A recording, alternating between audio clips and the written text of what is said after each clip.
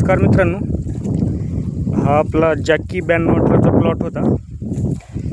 हा जवळजवळ 1 एकरचा आहे। म्हणजे आपल्याकडे अजून पण आहे तिकडं पलीकडं पण याला जर आपण पाणी कमी दिलं होतं, म्हणजे जरा वाढ थोडी कमीच होऊ दिली होती। कारण आता या ठिकाणी आपल्याला सुरूची ऊसाची लागवड करायची।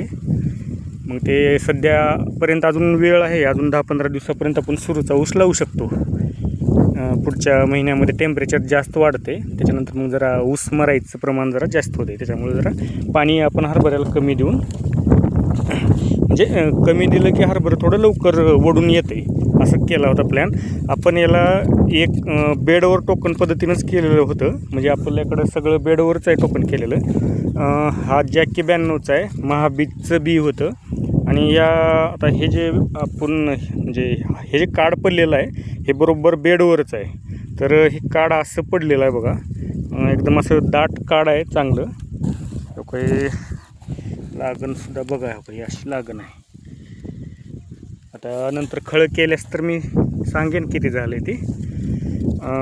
4 फुटाची बेड आहेत। बेडच्या दोन्ही साईडला आपण बघा, इकडे एक आणि इकडे एक, म्हणजे बेडच्या दोन्ही टोकावर आपण टोकन यंत्रानं पेरणी केलेली होती।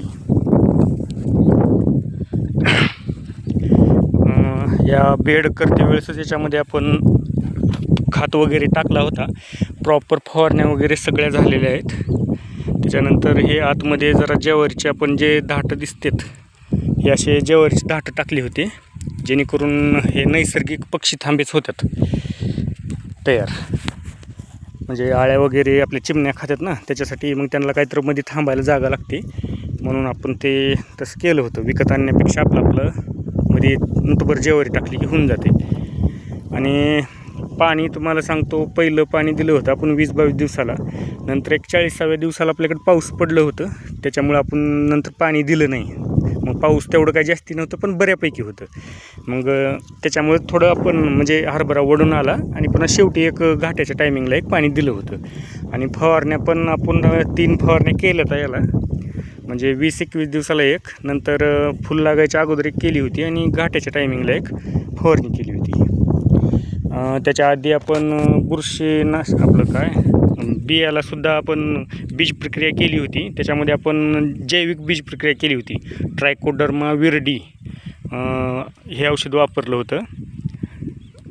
आणि मरीचं वगैरे काही आपल्याकडे प्रमाण झालं नव्हतं याच्या अगोदर, पण आपण भरपूर व्हिडिओ बनवलेत। आता हे बघा, आता हे असं आहे। आता हे जवळजवळ एकच हे आहे झाड, थोडं असं ते कापण्यात थोडं वरून आले, त्याच्यानंतर थोडं लहान पण वाटायले बरं का। काड तर आमच्या मते चांगलं पडायले, जरा कडकोपरे थोडे नॉर्मल आपलं वल्ले आहेत, त्याच्यामुळे कडला थोडं सोडायला होतं आम्ही। आणि आता जरा दुपारचा टाईम झाला आहे म्हणून ते जरा बसलो, तर आम्ही घरच्या घरीच काढणी करतो।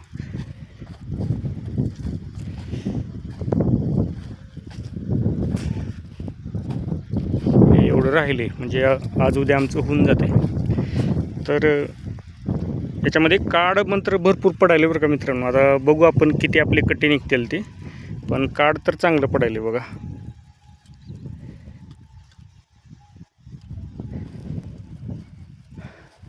ठीक आहे मित्रांनो, धन्यवाद। चॅनलवर नवीन असाल तर सबस्क्राईब नक्की करा। धन्यवाद।